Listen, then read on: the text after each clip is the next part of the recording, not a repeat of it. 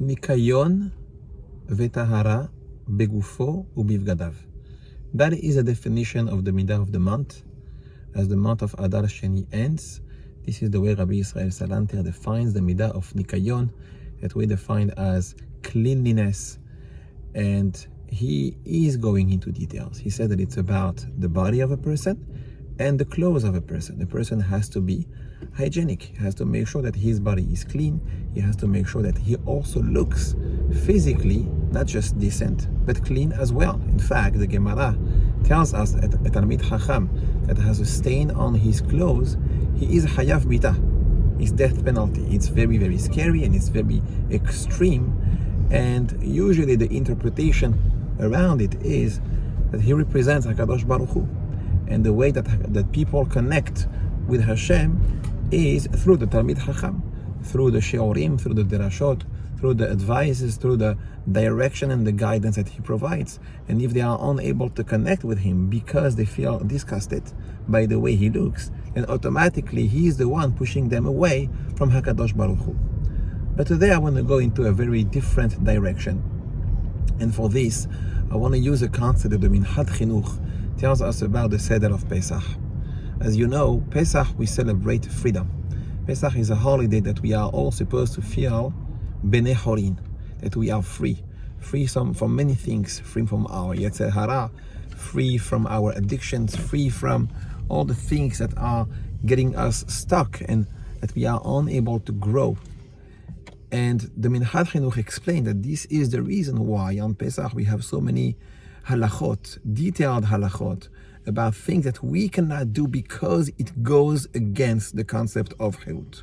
And the list is long, and one of them is something we don't have anymore today, but back then when we used to celebrate the Korban Pesach, ve'etzem lo tishberu vo.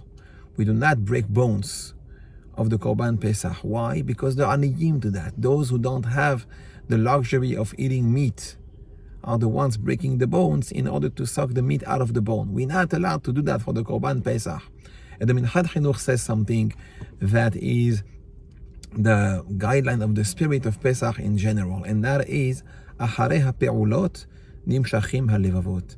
In other words, when a person is training himself to be or to behave in a certain fashion, then he also trains his heart, his emotion, his brain to also feel the same way.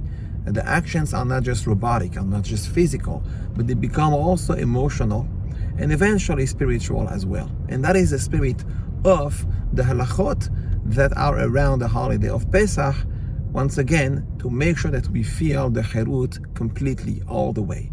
And it goes obviously with the Arba Kosot, the Heseba leaning on the left side, pouring the cups to one another and not doing it ourselves. There are so many examples that go into that direction. And I think that when we really go deeper into this level, this is probably maybe also what the Midda of Nikayon is about. Yes, there is a concept of Kiddush Hashem, there is a concept of image, and a person has to be clean when he wakes up in the morning, to wash his face, to look decent, etc. But there is also a concept that it goes a little bit beyond that. And that is not about the image that he has of himself by the eyes of others, but the way that he looks himself. In other words, to make sure that I am by default not always clean, and I have to constantly make sure to clean myself, my body and my clothes.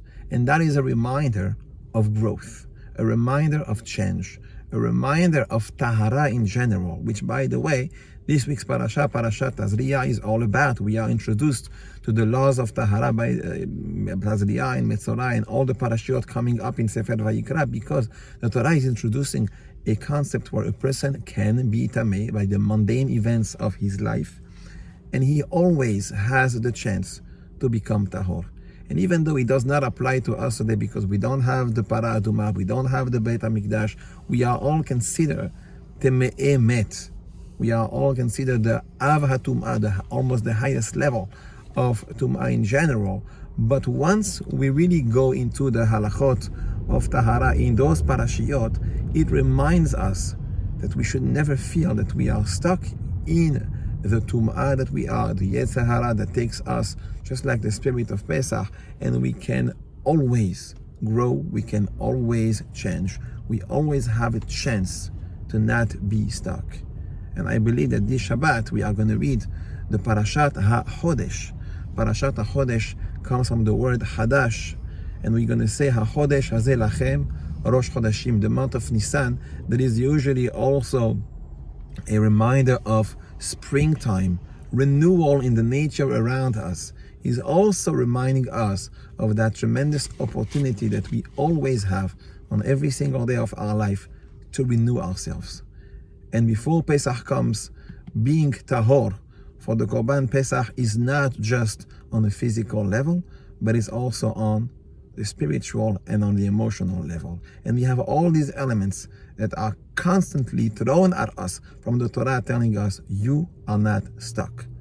Don't think that's the way I am. Don't think that's the way I will always be.